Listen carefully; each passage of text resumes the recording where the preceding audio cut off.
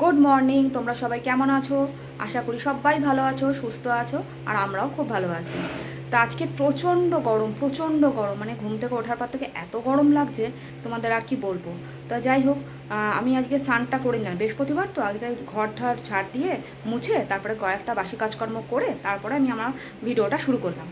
তা এখন আমি ভাবছি যে ঘরটাকে গোছাতে হবে, গুছিয়ে তারপরে রান্নার দিকে যাব। মাছ টাছ কিছু নেই, শুভজিৎ আজকে বলেছে মাছ আমাকে খেতেই হবে। কাল অবধি ও মাংস খেয়েছে, তা খুব বিরক্ত হয়ে আছে। মাছ এখনও মাছ আলাকে ফোনে বলা হয়েছে আসতে, এবার উনি কখন আসবেন আমরা জানি না। তা এখন আমি সব ঘরে কাজকর্ম করি, ঘর তোর গোছগাছ করি, তারপরে তোমাদের সাথে আবার দেখা হবে। এই যে আজকে টিফিনে করছি 1 কাপ ময়দা, 2টো ডিম, 2টো কাঁচা লঙ্কা, আর হলো একটা পেঁয়াজ। মানে যে যেমন করে পেঁয়াজ খেতে পারে, পেঁয়াজ অল্প দিলেও হয়, বেশি দিলেও হয়। আর লঙ্কার পরিমাণটা যে যেমন ঝাল খায় তেমন।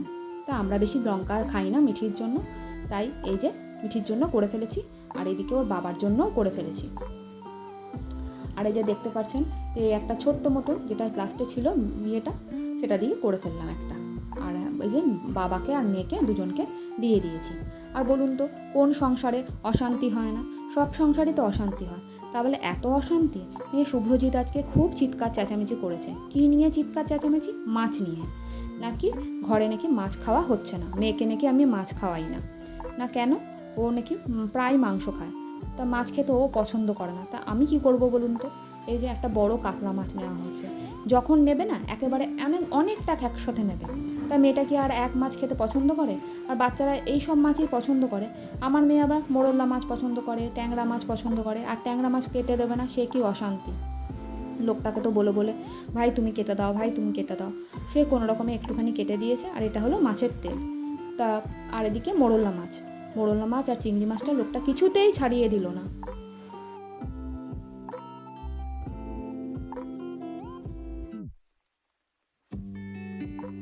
এই ছিল আজকে মাছকাণ্ড, কি আর বলবো। তা এই নিয়েই অশান্তি। পটল আলু দিয়ে আজকে চিংড়ি মাছ দিয়ে পটল আলুর একটা তরকারি করে নেবো, আর মাছের তেলটাও একটু ভেজে নেবো। এই কটা চিংড়ি মাছ ছাড়াতে পেরেছি, আর শেষের দিকে আর পারছিলাম না। মোরলা মাছটা পুরোই মানে ছাড়ানোর চেষ্টা করেছি, ছাড়িয়েও ফেলেছি। আর এই যে কড়াই বসিয়ে দিয়েছি, যত তাড়াতাড়ি করা যায়। 2-2:30টার মধ্যে খেয়ে না উঠতে পারলে না খুব বিরক্ত লাগে, কেননা মেয়েটাকে একটু ঘুম পাড়াতেও হয়, আবার পড়াতে চলে আসে, বা হয়তো আমি পড়তে বসাই, নিয়ে এই করে করে লেট হয়ে যায়। তো এখনও তো স্কুল বন্ধ, এদিকে আবার অনলাইনে ক্লাস চলছে, কি আর বলবো। তো আজকে মিঠিকে একটা জিনিস শেখাবো, সেটা কি বলুন তো? দোকানে পাঠানো। দোকানে গিয়ে টুকটাক কিছু কিনে আনতে বলবো, কেননা বড় হচ্ছে, একটু একটু না পাঠালেও নয়। রাস্তার এপারে আমি দাঁড়াবো ওকে, রাস্তার তো এপার ওপার না, আমাদের গলির উপরেই একটা দোকান আছে। তো ওকে নিয়ে যাবো আজকে সন্ধেবেলা, বলবো তুই একটু দোকান যা। আর আমাদের মাও আমাদের শিখিয়েছে, এই দেখুন যাচ্ছে, দেখুন পেছন দিকে তাকাতে তাকাতে, আমি দাঁড়িয়ে আছি দূরে, ও মানে লজ্জা পাচ্ছে। তা ও আসুক ফিরে, ওকে তারপরে জিজ্ঞাসা করব কি বলেছে। আগের দিন একবার পাঠিয়েছি, ওখানকার মানে দাদা বলেছেন তোর মা কোথায়, তুই একা কেন এসছিস? তাই আমি বলেছি বলবি মাই আমাকে পাঠিয়েছে, মা দূরে দাঁড়িয়ে আছে। তা মেয়ে তো লজ্জায় অস্থির, কি আর বলবো। এসে আবার বলছে, মা তুমি আমাকে পাঠিয়েছো, আঙ্কেল জিজ্ঞেস করছে।